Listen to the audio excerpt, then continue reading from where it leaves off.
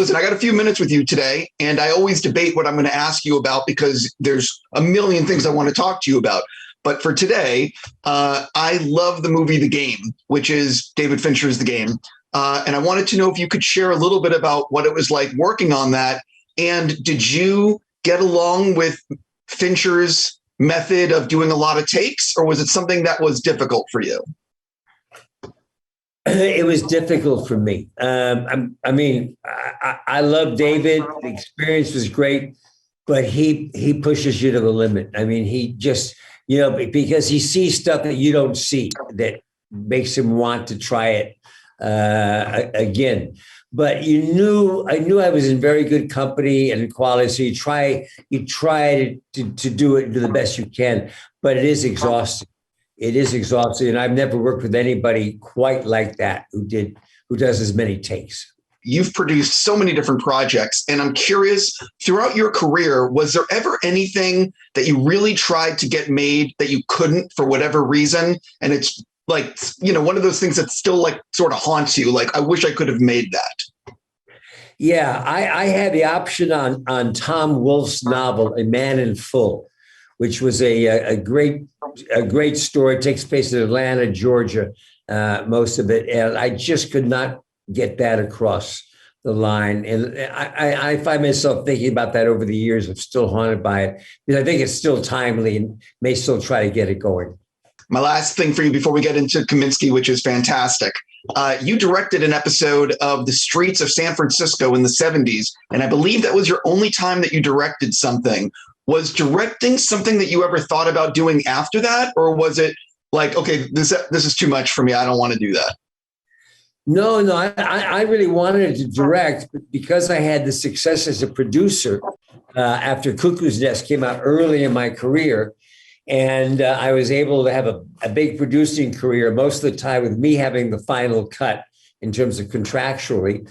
So I never felt deprived like a lot of actors might feel. And the producing always allowed me. And I was usually very much in sync with the directors. And a lot of times, even if the director didn't have a final cut, I used to give him my cut because there was never really an argument. And then, reached a point where I'm saying, I want to go direct. But then I reached a point we start getting a little too old and too lazy. But I still may pull it off. Got it. Okay, jumping into why I get to talk to you today. Fantastic final season. And like I said to you for season 2, I think that while all the performances on this series are so good, it's really Chuck's writing that elevates this to another level. And he's done it again in season 3. Can you sort of talk about working with Chuck and his fantastic scripts? Well, thank you for saying it, because then I don't have to, because that's my biggest note.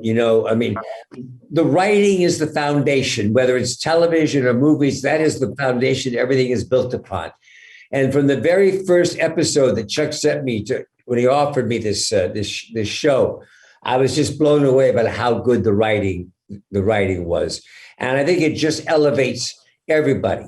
Then you combine that with Chuck's great production department. He has casting. His casting people have been with him for like 20 years. He casts impeccably in all of them, and he has a tendency to find people that are good, pleasant to work with. No dickheads around here. I mean, you just all really good people. So you can find talented people that are good. So yes, I think that makes a difference. Then you get someone like Paul Reiser, who's as good a comedian as you're going to find. I can't say enough about Chuck and the level. And when we started this 3rd season, and he was telling me, we're going to start with Alan Arkin and his funeral. I said, Chuck, we can't start the comedy with Alan's death. Yeah, we can. And I saw it the other day. I just saw all the episodes for the first time the other day. It was just brilliant. Such a great job of having these people come up and really laying out Alan's character. And he's pretty prevalent for the whole 3rd season between what he gives us in The Will, my acting opportunities, so well done, Chuck. Well done. Yeah, 100%. What is it like, though? What's interesting about this is you're playing an acting coach while you are an amazing actor. And I'm just curious, what is Chuck writing what you're actually going to say when you're standing on stage? And how much is it sort of like you giving feedback? Like, because it's a really good performance, and talking about, you're talking about how to mourn someone or how to play a death scene. And there's a lot of layers, if you will.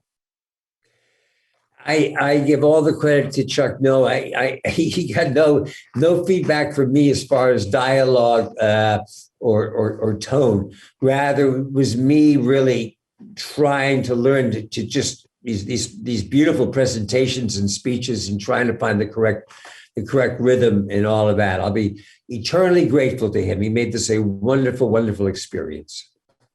I have to go. I will just say I'm looking forward to the next Ant-Man movie.